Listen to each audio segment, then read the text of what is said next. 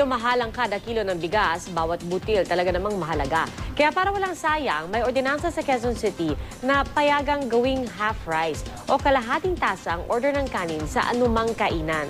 Narito ang aking report.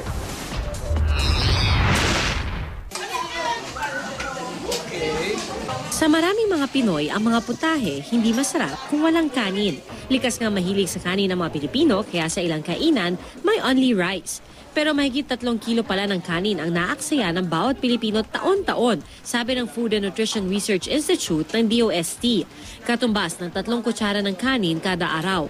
Ang halaga niyan, sabi ng International Rice Research Institute, aabot sa 8 billion pesos kada taon. Ilang mahihirap na nagugutom ang mapapakain niyan. Dagdag pang nakahihinayang dahil sa mga nakalipas na araw, biglang sipa pa man din ang presyo ng bigas. Noong isang taon nga sa Kamara, isinulong ang panukalang gawing kalahating tasa o half rice ang serving sa mga kainan, gaya ng ginawa ng ilang fast food chain noong 2008 bilang tugon sa panawagan ng gobyernong magtipid sa bigas. Pero tila mas mauunang magpatupad ng half rice policy ang Quezon City.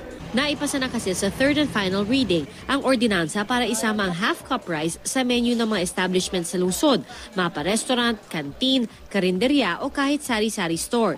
Sa ngayon kasi, karamihan sa mga restaurant hindi nagbibigay ng half rice. Payag ako sa kanya, sa ordinansa na yan, na mag-offer ng half rice para may option pang isa yung mga kakain. At the same time, walang sasayang na pagkain. Nakakatulong na sa kalusugan, nakakatulong pa sa ekonomiya.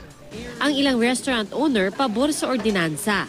Magandang option yun for businesses here in Quezon City kasi nga malaki ma-reduce natin sa mga cost natin, especially sa rice kasi may iwasan natin ng wastage. Pero sa Paris House na ito, di na raw kailangan ng half cup dahil meron na silang tinatawag na small rice. Kung gagawin nating half rice, bali ang half rice magiging 8 pesos kasi 60 ng regular.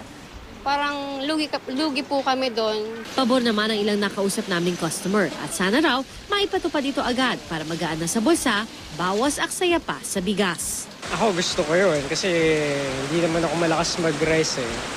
Sakto lang yung 1.5. Siguro okay din naman yon in a way na parang makontrol din ng tao, ng customer na ito lang talaga yung kanya.